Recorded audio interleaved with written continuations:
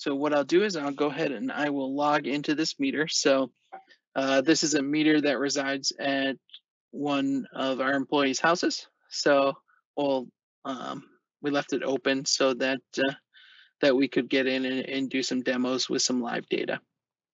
So on the screen, you'll see the power meter. You'll see the part number, SPM 12. So this is a 12 load meter, serial number, and other information. So I'll go ahead and log in here. So as I look in this meter, on the left-hand side, you'll see the setup menu in the data navigation sidebar. You'll see a meter communication sidebar. So if we want to reload a setup, log out, and when we change something, an upload to meter will appear. And then we have the pane, which is the configuration pane. So all the configuration based on what screen you're in will be located there. Now, if you look at the menu sidebar, you'll see a bunch of green check marks. That's good, everything's set up. There will be different icons that you'll see during setup. One is the green check mark, meaning everything's okay. You've uploaded everything. Next is an amber upload symbol, which means you've configured something. Everything's okay, but you haven't uploaded that to the meter, so it hasn't taken that change in configuration yet. And then you'll have an amber triangle, which is just warning you that you have configured an attribute on the page, but you're not using it and tying that information into a load. So there may be something that you want to do, but you can still proceed without making that fix. And then you'll see a red stop sign, which basically means you have a configuration error. It's not going to let you upload until you fix that error. So maybe you have a load, but nothing tied to it at all. It'll make you fix that with adding a CT and a voltage input. So I'll step through the setup real quick. So as I navigate down the left-hand side, I have voltage inputs. I can type in an expected voltage of 120, and you can see right now it's 121.6. I'm reading that data, and the service type is a 3-wire split phase, and you can see the different types of configuration from the dropdown. And you can also see we have the wiring diagrams for those different service types on the help menu. So those, you'll see these help question marks throughout the web portal. So you'll be able to see what those are and little helpful things along the way. As you look on the right, we talked about the halo dot, so you can see number 1. So you can see over here voltage input 1. If I click the voltage input 2, now you can see the change, excuse me, in how that's wired on the left-hand side for the configuration. When you look here, this is going to tell you the color. You know, it's fully configured, assigned to a load, but not configured. The input's configured, but not assigned to a load, or it's simply an unused input. So you don't have to use both voltage inputs. One could be unused. And if there's a number that resides inside that halo dot, that'll correspond to either voltage input 1, voltage input 2, CT1, 2, 3, or load, 1 through however many that you've configured, depending on your screen. When I go to the load setup, so you'll see anything that's green has been configured and assigned to different loads. So you can see we have 7 loads here. So 1, 2, 3, 4, 5, 6, and 7. They don't have to be in any specific order. They're flexible for you to go in and configure as the job sees fit. And you can mix and match 3-phase and single-phase loads depending on what voltage input type that you have configured. One thing I'll point out in here is if you're using BACnet, for the load objects, we've used something called the VDI, which is a virtual device instance, which makes each one of the loads show up as if it's its own device on the BACnet network. And what that does is as you're auto-discovering all of the BACnet objects for the meter, instead of having 48 loads, 48 load meter with all those CT inputs and all that data, it can be quite a huge object list. So this lets you get more definable to what you're searching for and what you're mapping to. So it makes it a little clearer as you're navigating and mapping points, and eventually, even if you have to troubleshoot, it helps to diagnose what those measurements and different object variables are within BACnet. CT inputs, all of our CTs are stored on here, so all the Setra part numbers. So we have our split cores, we have our Rogowski coils, and then we have user defined. So if you use user defined, it can be anything up to 2 volts going into each terminal block. We do not accept a 5 amp CT, but we can take anything up to 2 volts coming into the meter. So if you already have CTs in the field that are mounted, that are working fine, and you're just looking to upgrade your meter, we can certainly use that, and then you can take that user defined parameter. You can also copy CTs. So if I click the CT12 that's unconfigured, I could configure it for any one of these, and then I could paste it to any of the other CTs. So if I was measuring a whole bunch of 20 amp circuit breakers, I could copy and paste a 20 amp CT across all 48 on a 48 or all 12 on a 12, and save myself some configuration time during that process.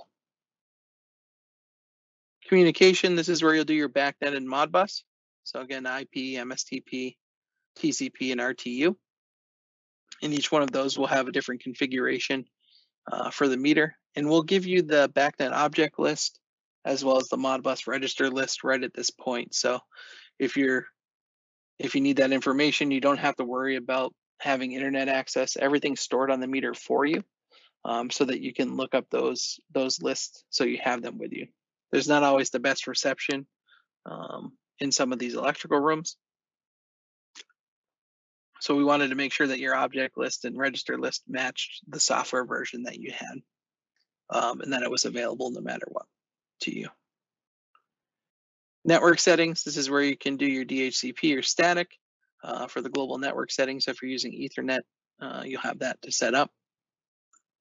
Your pulse IO, so you have your 2 inputs and 1 output. On your inputs, if you enable those, you can select water, you can select US gallons, you can assign it a scalar, so every pulse is 10 gallons, whatever you need to match it to your output of your meter. You can save that, and now it turns from gray to green, and you can upload that to the meter, and it'll successfully save those pulse settings, and then you'll be able to now gather that information on your advanced communication network. Alarm setup, you can see there's an overpower alarm that is set up on this meter. If you want to add an alarm, there's many different types for overpower, different energy usage, and you can assign these either to a voltage input, a line, a load, or a CT, depending on the alarm type. And put your thresholds, any dead bands or delays throughout the configuration process. And here's where you can tie that alarm to either an LED indicator, so that green light on the front, or that relay trigger. So if you want to hook something up such as peak demand on the alarm relay and have that go somewhere locally to an audible alarm or to a light in someone's office, that they may not always be looking at the BACnet or Modbus data, you can set that relay trigger to 1 or multiple.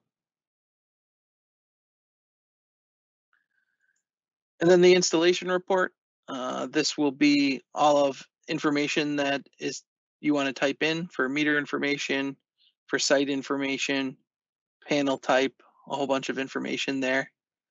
General notes, if there's anything you want to leave and store on the report. And you can also take a snapshot of data. So if I click update power meter values, you can see these numbers change, and I can see values for the voltage inputs as well as the CTs that are connected for this installation.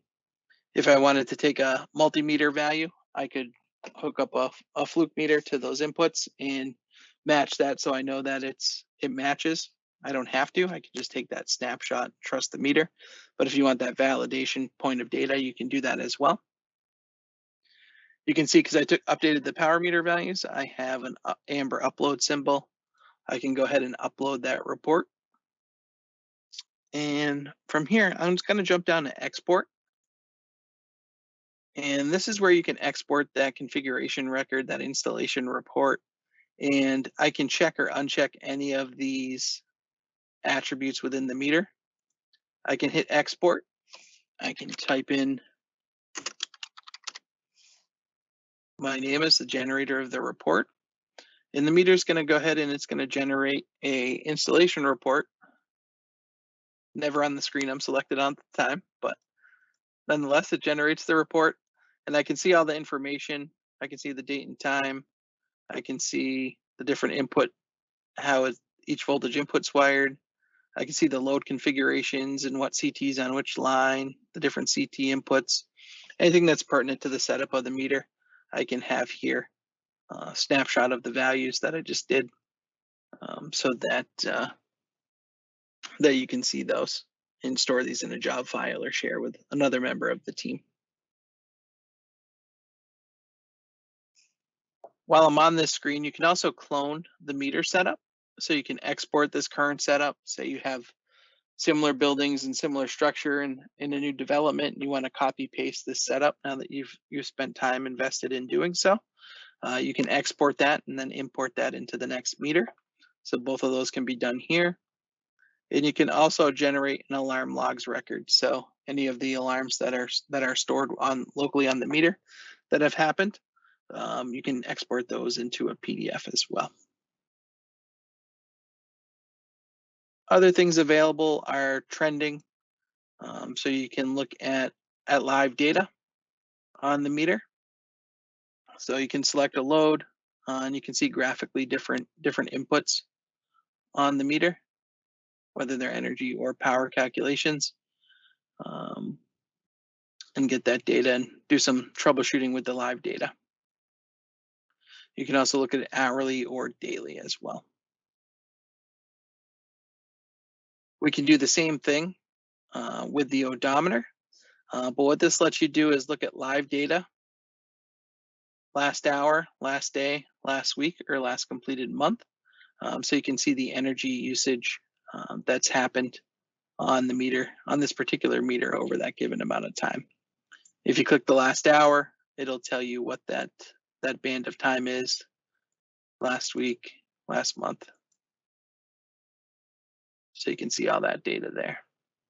You can also export all of the data to a CSV file. So if you wanted to do some analysis in Excel or import that into something, you can export from there. Last couple things, event log. So any user logins or saved report configuration to the device. You have alarm status. So if you want to see the current status of the alarm, you can see that it's in a normal active state. If the LED or relay was triggered, it would say triggered, and you'd have the lights on or off. Currently, they're both off.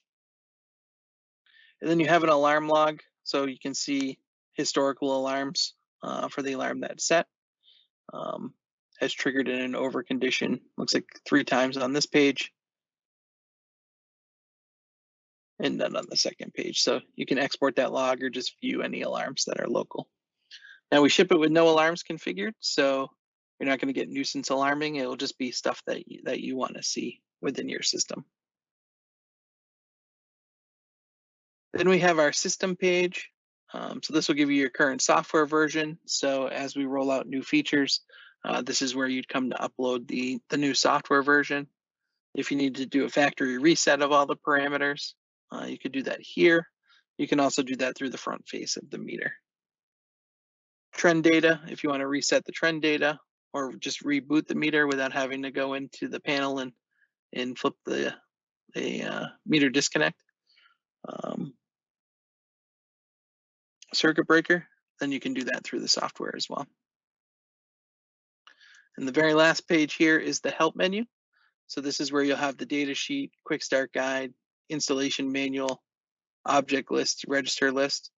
All of these will be pertinent to the software version that you get. So even if the meter, you install the meter, it's working great, you don't want to upgrade, it's giving you all the information you need, then as we have new versions, 10 years from now, if we have, new BACnet objects, you'll always have the object list for your meter locally stored on the meter, which is a nice feature. And then you'll have all of our phone numbers, contact us via our web support or any FAQs for troubleshooting. So these will be connected to the internet, but it will show you some list of common questions that we've had over the years for power metering and some pertinent to the meter. So there's an extensive list that you guys can take a peek at.